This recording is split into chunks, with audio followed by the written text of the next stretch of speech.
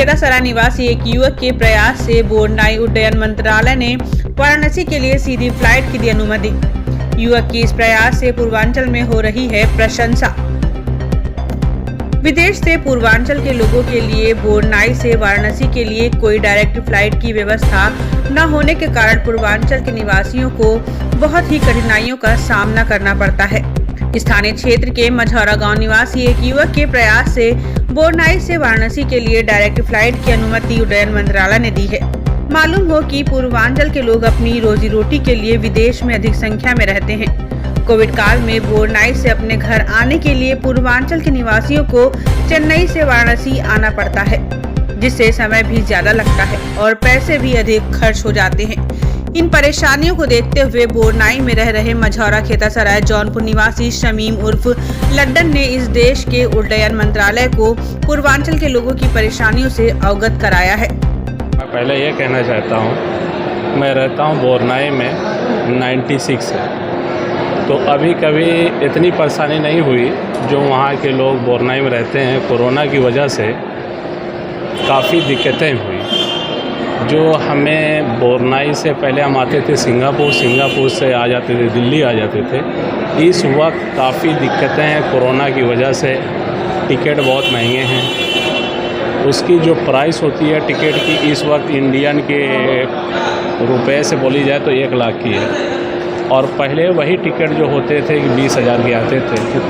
और दूसरी बात है कि काफ़ी लोग परेशान थे, वहाँ पे गए थे काम करने के लिए। 4 सालों से लोग वहाँ पे बहुत आने की कोशिश कर रहे थे, वो आ नहीं पा रहे थे। तो उन लोगों को बोला कि आप कुछ सिस्टम बनाओ कि मुझे घर पे गांव में जाना है, पैसा कुछ कम लग जाए। तो बोर्डनाई से जाते थे श्रीलंका से दिल्ली से तब गांव में, यानी वाया घूमते, बहुत वाया करके घूमते थे। तकरीबन 12 से 14 घंटा लग जाता था फ़्लाइट का टूर करने में। तो मैं इंडियन चैम्बर में से मैंने बात की, और वहाँ पे मैं उस चैम्बर का मैं मेंबर भी हूँ। तो मैंने अपने चैम्बरों लोगों से, इंडियन जो थे बिज़नेस वाले, तो मैं उन लोगों बिज़नेस में मैं मीटिंग रखी कि कुछ ऐसा फ़्लाइट करते चार्टर फ़्लाइट के लिए बोर्डनाई से इंडिया के लिए। तो ये हुआ कि मीटिंग में जो बिज़नेस वाले थे मैंने बात रखी, उसके में बात हुआ कि चलो हम हाई कमिश्नर से मिलते हैं। तो हमारे जो बोर्डनाई के हाई कमिश्नर साहब थे उनसे मैंने बात की, तो बोले कि आपके पास पैसेंजर कितने हैं जो गांव में जाने वाले हैं। और मैंने कहा कि ये बाबतपुर वाराणसी जाने के लिए 139 पैसेंजरों की ज़रूरत होती है। तो मैंने कहा कि चलो मैं 10 दिन में क्लियर कर देता हूँ। उसी के हिसाब से मैंने फ़्लाइट चार्टर बुक कर ली। बुक करने के बाद एम्बेसी ने हमारा बहुत सपोर्ट किया। हम हाई कमिश्नर को दिल से शुक्रगुजार हैं कि हमें अपने गाँव में आराम से लोग पहुँच आए हैं। और इंशाअल्लाह दूसरी फ़्लाइट जो हमारी है, कोशिश हमारी यही रहेगी कि 10 मई को अप्रूव कर दे इंडिया की गवर्नमेंट, तो हमारे लिए दूसरी फ़्लाइट भी आ सकती है।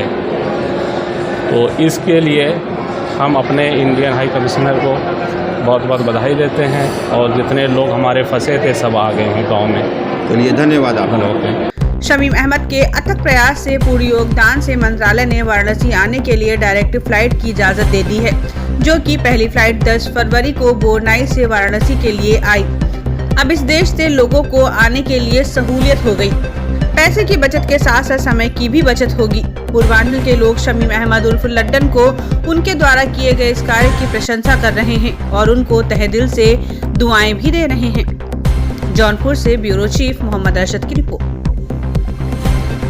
आने वाले हैं, ये चार्टर फ्लाइट का हर इंडियन का हेल्प किए हैं। बहुत अच्छी बात, बहुत अच्छी फ्लाइट चाहिए, बहुत अच्छा सर्विस दिए हैं। आरबीए बहुत अच्छी फ्लाइट है। अच्छा, एक बात बताइए कि यानी जैसे ये बाबतपुर एयरपोर्ट जो है जब से खुला है, ये मेरे ख्याल से शायद फर्स्ट टाइम ऐसा है कि रॉयल बोर्डनाई फ्लाइट आई है जी, फर्स्ट टाइम। तो इसके अंदर जैसे आप ये कह रहे हैं कि टोटल कितने पैसेंजर आए हैं? 135 153 पैसेंजर। 135 अच्छा, 135 पैसेंजर। अच्छा, ये बताइए कि जैसे ये अभी पिछले 2 सालों से जो फ्लाइटें बंद थी, तो ये इसके लिए क्या आप लोगों ने एम्बेसी से शमीम अहमद ग्राम मझौरा डिस्ट्रिक्ट जौनपुर के रहने वाले हैं। ये हेल्प किए हैं हर आदमी को। ये चार्टर फ्लाइट किए हैं, करवाए हैं। तो निकले अच्छा